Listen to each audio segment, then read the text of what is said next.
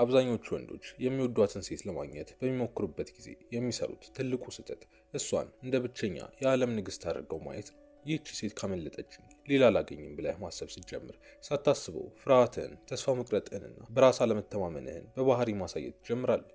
የሰዎች ስነ ልቦና ግን በተቃራኒው ነው የሚሰራው። ሰዎች በእጃቸው ላይ ሙሉ በሙሉ ያለውን ነገር አይመኙትም።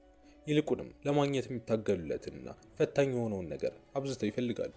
ማንኛውንም ሴት በራሷ ፍላጎት ወደ ህይወት ለማምጣት የሚረዳ የመጀመሪያው ሚስጥር እሷን በማሳደድ ሳይሆን የራስን የስነ ልቦና የበላይነትና ሳቢነት በመገንባት ላይ የተመሰረተ ነው።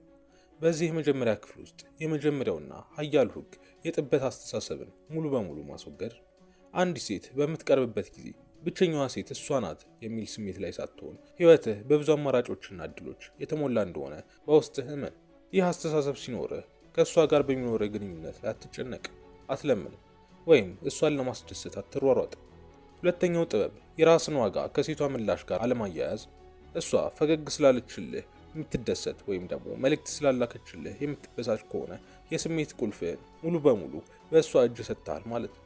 ስሜቱን በራሱ መቆጣጠር የሚችል ወንድ ሁልጊዜም በሴቶች ዘንድ ከፍተኛ የሆነ መሳብንና አክብሮትን ይፈጥራል። ወደ ሁለተኛውና ወደ መሰረታዊው የዋጋ መገንቢያ ምዕራፍ ስንሸጋገር ደግሞ ይህም የወንድነት ዓላማ የውስጥ ጥንካሬና ሊተካ የማይችል ዋጋ መገንባት ነው። አብዛኞቹ ወንዶች የሚወዷትን ሴት ለማግኘት ሲሉ ህይወታቸውን፣ ስራቸውንና ዓለማቸውን ትተው ትኩረታቸውን ሙሉ በሙሉ በእሷ ላይ ያደርጋሉ። ሆኖም ግን አንዲት ሴት ለአንድ ወንድ ያላት ፍላጎትና አክብሮት የሚመነጨው ወንዱ ለዓላማውና ለህይወቱ ካለው ቁርጠኝነት ነው። ሴቶች በተፈጥሯቸው በራሱ ህይወትና ዓላማ ላይ ከሚያተኩር ወንድ ጀርባ መሆንን እንጂ የእነሱ ተከታይ የሚሆንን ወንድ አይመኝም። በዚህ ክፍል ውስጥ ሶስተኛው ሚስጥር ዓላማህን ከማንኛውም ነገር በላይ ማስቀደም ነው። ህይወትህ የሚመራበት ትልቅ ግብ፣ ስራ፣ ስፖርት ወይም ራዕይ ይኑርህ። ለዓላማ የምትሰጠው ትጋትና ፍቅር ሲታይ በእሱ አይምሮ ውስጥ ይህ ወንድ የራሱ የሆነ ትልቅ ዓለም ያለው ጠንካራ መሪ ነው የሚለው አክብሮት ይገነባል። እሷ በአንተ ህይወት ውስጥ ዋናው ነገር ሳትሆን ደስ የሚለው የዓላማ አካል መሆኗን እንድታውቅ አድርግ። አራተኛው ጥበብ የውስጥና የውጭ ብቃትን ማሳደግ። አካልህን በጂም እናም በእንቅስቃሴ ግንባ።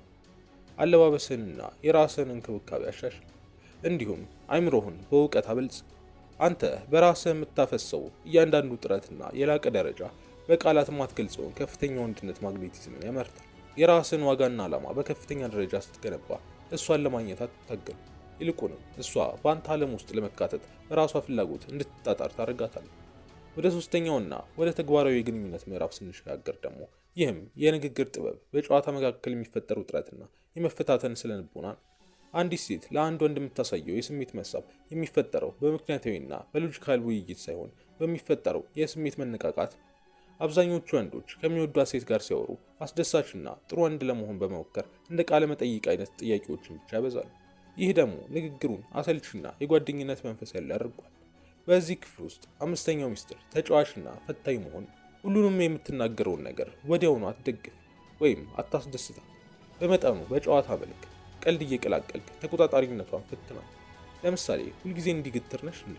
ወይም ደግሞ አንቺ ግን በጣም አደገኛ ልጅ ነሽ መሰለኝ በሚል ደስ የሚልና ተጫዋች በሆነ መንፈስ ንግግሩን ሞቅ አድርገው። ይህ አቀራረብ በእሷ አይምሮ ውስጥ ይህ ወንድ ከሌሎቹ የተለየ ነው፣ እኔን ለማስደሰት አይፈራም የሚል ስሜት ይፈጥራል።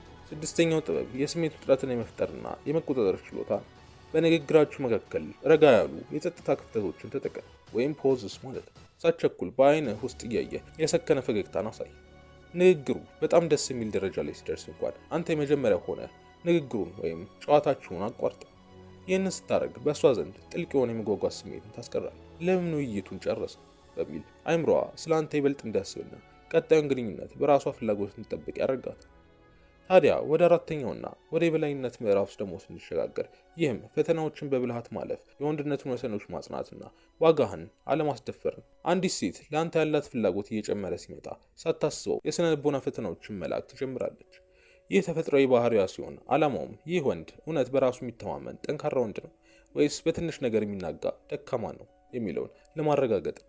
አብዛኞቹ ወንዶች እዚህ ጋር ይወድቃሉ፣ ይበሳጫሉ፣ ማብራሪያ ለመስጠት ይሯሯጣሉ ወይም ደግሞ እሷን ለማጣት ሲሉ ራሳቸውን ዝቅ ያደርጋል።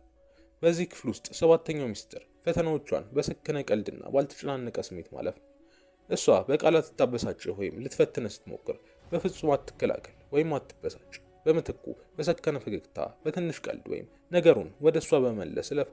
እሷ የምታየው በቃላቷ የማይናጋ በስሜቱ ላይ ሙሉ ቁጥጥር ያለውና በራሱ የሚተማመን ጠንካራ ወንድ ነው።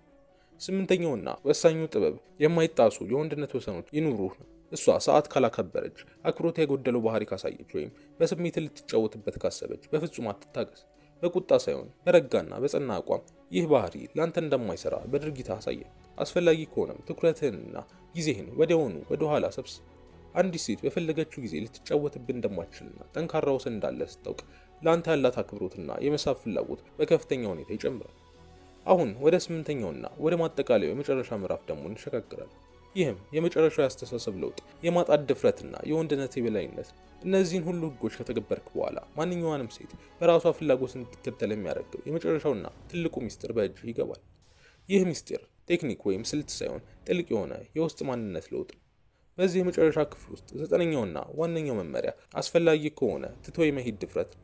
አንዲት ሴት በህይወት ውስጥ እንድትቆይ የሚያደርጋት ትልቁ ማግኔት ትኩረትህና አክብሮትህ በማይከበርበት ቦታ ላይ አትቆይም፣ ካስፈለገም ትተሃት የመሄድ ሙሉ ድፍረቷ አለ የሚለውን አቋምህን ስታውቅ ነው። ይህንን ድፍረት በእውነት በውስጥ ስታስር በእሷ ዘንድ ሊተካ የማይችል ትልቅ የወንድነት ዋጋን ታገኛለህ። እናም ስናጠቃልል የሚፈልጓትን ሴት የማግኘት ሚስጥር እሷን በመለመን በማሳደድ ወይም ራስን በማሳነስ ውስጥ አይደለም። ይልቁንም የጥበት አስተሳሰብን አስወግደ የራስን ዓላማና አካል በከፍተኛ ጥራት በመገንባት በንግግርህ መካከል ተጫዋች፣ ፈታኝና በስሜት የማይናጋ ጠንካራ አቋም መያዝ፣ ፈተናዎችን በብልሃት እያለፍ የወንድነት ወሰንህን በጸጥታ በማስከበር ላይ ነው። ይህንን የወንድነት ጥበብ በህይወት ውስጥ ስትተገብረው ሴቶችን ለማግኘት አትታገልም። ይልቁንም የገነባኸው ጠንካራ ማንነት፣ ዓላማህና የረጋ የወንድነት ኃይልህ እሷንና ሌሎች መልካም እድሎችን ወደ አንተ በራሳቸው ፍላጎት እንዲሳቡ ያደርጋቸዋል።